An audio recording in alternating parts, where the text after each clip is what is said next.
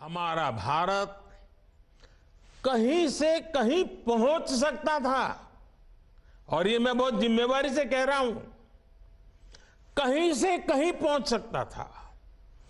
हम भारतीयों के सामर्थ्य में कभी कोई कमी नहीं रही है, लेकिन सामान्य भारतीय के इस सामर्थ्य के साथ हमेशा भ्रष्टाचारी और परिवारवादी पार्टियों ने अन्याय किया।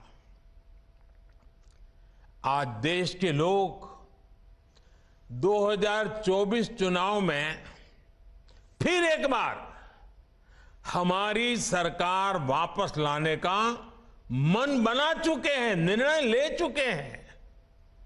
ऐसे में भारत की बदहाली के जिम्मेदार कुछ लोग अपनी दुकान खोलकर बैठ गए हैं।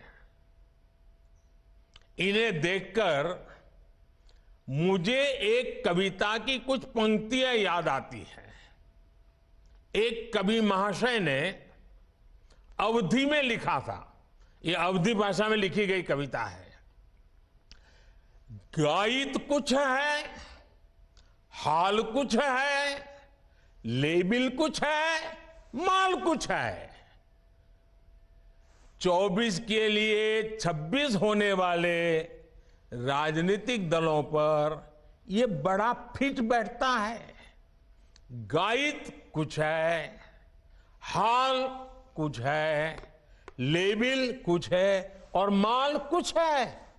यानी गाना कोई और गाया जा रहा है, जबकि सच्चाई कुछ और है। लेबल किसी और का लगाया गया है, जबकि प्रोडक्ट कुछ और ही है। इनकी दुकान की यही सच्चाई है। इनकी दुकान पर दो चीजों की गारंटी मिलती है।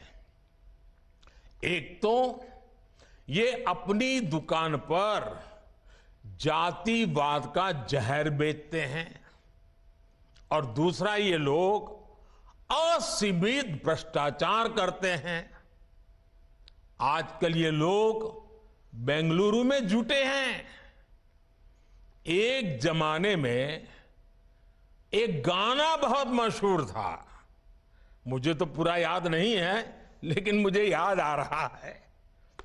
एक चेहरे पर कई चेहरे लगा लेते हैं लोग, एक चेहरे पर कई चेहरे लगा लेते हैं लोग।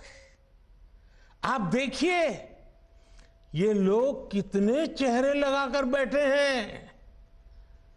जब ये लोग कैमरे के सामने एक फ्रेम में आ जाते हैं तो पहला विचार देश के सामने क्या आता है?